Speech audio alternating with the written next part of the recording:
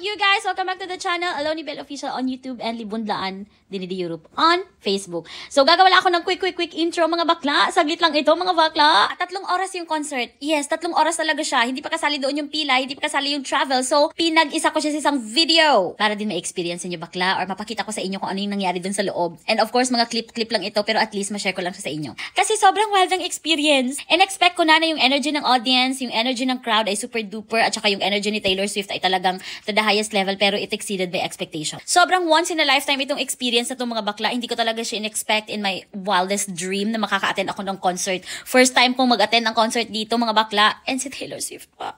Kaya naman i-share ko talaga siya sa inyo. Kaya wag na natin patagalin pa. Let's go! So yun na nga mga bakla. 10 AM nag-start na kami mag-prepare kasi yung pila is 4:30. Open na yung gate pero kailangan at 12 nasa station na kami kasi kikitain namin sina Ate Rose at si Eloisa yung mga makakasabay namin papunta dun sa arena. And here's the story paano kami nakabili ng ticket para sa concert ni Taylor Swift. Merong dalawang magkapatid mga bakla galing pa ng Germany at Belgium, Filipina din sila at meron silang 4 na ticket. So yung dalawang extra ticket nila, of course, binenta nila and we're so lucky dahil sa dami-dami ng gustong bumili ng ticket ay kami yung napili nila para pagbentahan ng ticket. Fast forward mga bakla, na sa station na kami at nandito na yung dalawang kasama na hinihintay namin, si Ate Rose at si Eloisa. Ayan. So kitang-kita nyo naman, lahat ng mga suot yan nila may mga nire-represent sa mga album ni Taylor Swift. Buti na lang nag-purple ako. Nag-search kasi ako ng mga pictures ni Taylor Swift and nakita ko nga na meron siyang purple. Hindi ko alam kung anong album yun kasi nga mga bakla, hindi po ako like Swiftie talaga sa totoo lang, honestly. Pero ang dami kong alam ng mga songs niya, of course. Napakasikat niya ba naman, 'di ba? So kaya naman nag-attire na din kami. Tingnan nyo naman ito. O, sino ka dyan? Pak, for the bam-bam. Ganun mga bakla, for the effort ang mga fans. Kaya naman sobrang happy din namin na somehow, nagdamit din kami. Diba? Once in a lifetime lang ito. Kaya naman, ito, doon na natin, diba? O, Pak, sino ka dyan? So, around 1 PM mga bakla, dumating na kami sa venue. And sobrang haba na agad ng pila. Pero naisip namin na humanap muna kami ng place na makainan namin and tatambay muna kami kasi nga 4:30 pa o open yung gate. Pagkain namin, i-share ko lang sa inyo this. Ito naman kay Ate. Hala, kapit na siya sa station talaga. Yeah.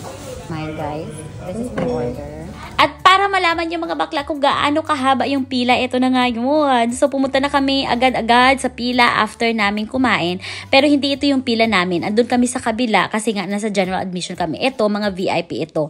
So mas mahaba yung pila. And ito kasi mga taong ito na nasa VIP, nakatayo sila. Kami naman dun sa general admission.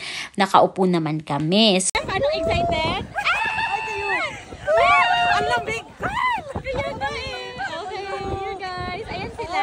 Pwede mga kasama namin. Okay, you guys. Excited na ba lahat? Yes.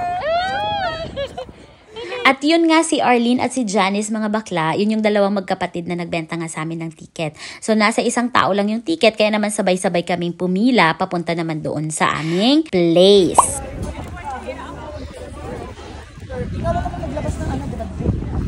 Umuulan na. As in. Sige lang. Grabe yung energy mo, ha? Ganyan, ito yung mukha ng antok. Yeah. Okay. Sige lang, mag-chat na lang tayo, ha? Opo. Love, mama. Yung ginawa ginawa namin. Bale, isang phone lang kasi lahat ng 4 na ticket nasa isang phone. 4 na ticket sa isang tao. So, scan niya, hinatid niya lang kami. Ang bait ni ate. Thank you. Kasi hindi pwedeng ano eh. Ito tayo. Thank you po. Yes po. Come on. Okay, so may pa-entrance sila dito. Itong binibigay nila. Hi! Thank you! Uy! Oh, sorry. Thank you! Thank you!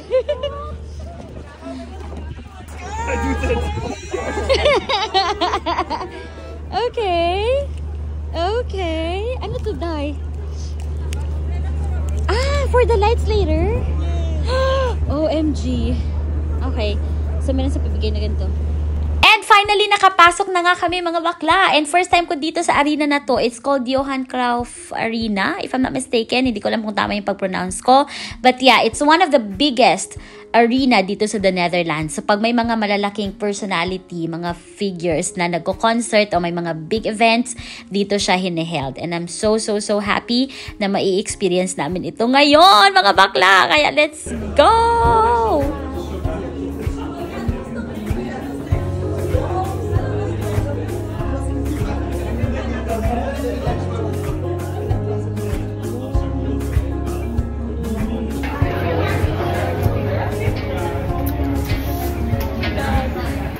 Hanapin muna namin dun sa kami uupo and magsasettle muna kami and I'll get back to you guys. View namin! My gosh! I'm obsessed with that. That's incredible. This is a fairy story. Guys, this is insane. So yun mga bakla, finally nakaupo na kami and guess what mga bakla, sobrang swerte pa talaga namin kasi nga ang guest ni Taylor Swift ang magpa-perform first bago siya ay ang Paramore. My gosh! First time ko din makita ang Paramore and sobrang crazy kasi ang galing niya mag-perform, promise.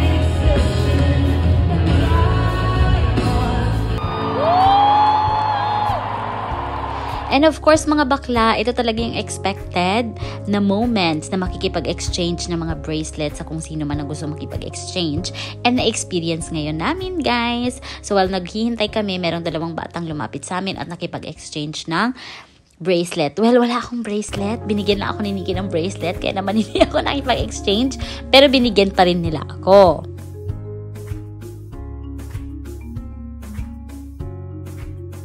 At dahil napupuno na yung mga seats, mga bakla, ready na ba ang lahat?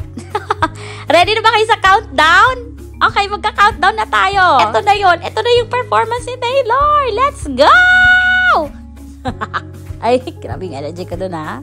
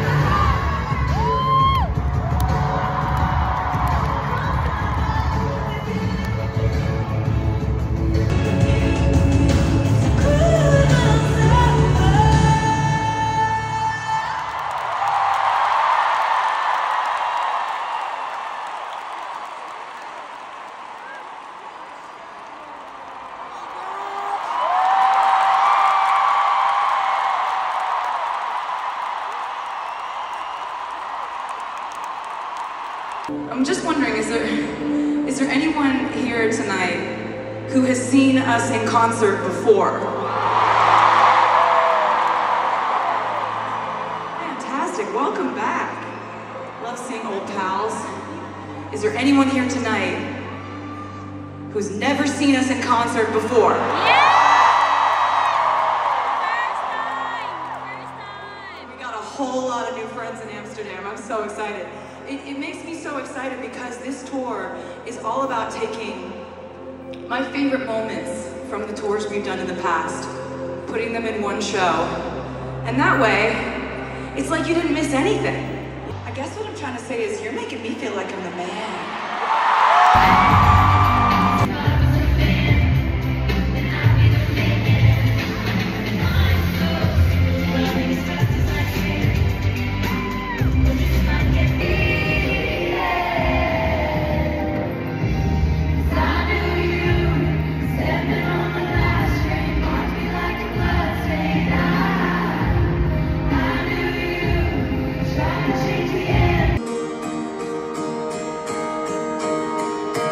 Your eyes whispered, have we met? Conversation starts, counter all your quick remarks, like passing notes in secrecy.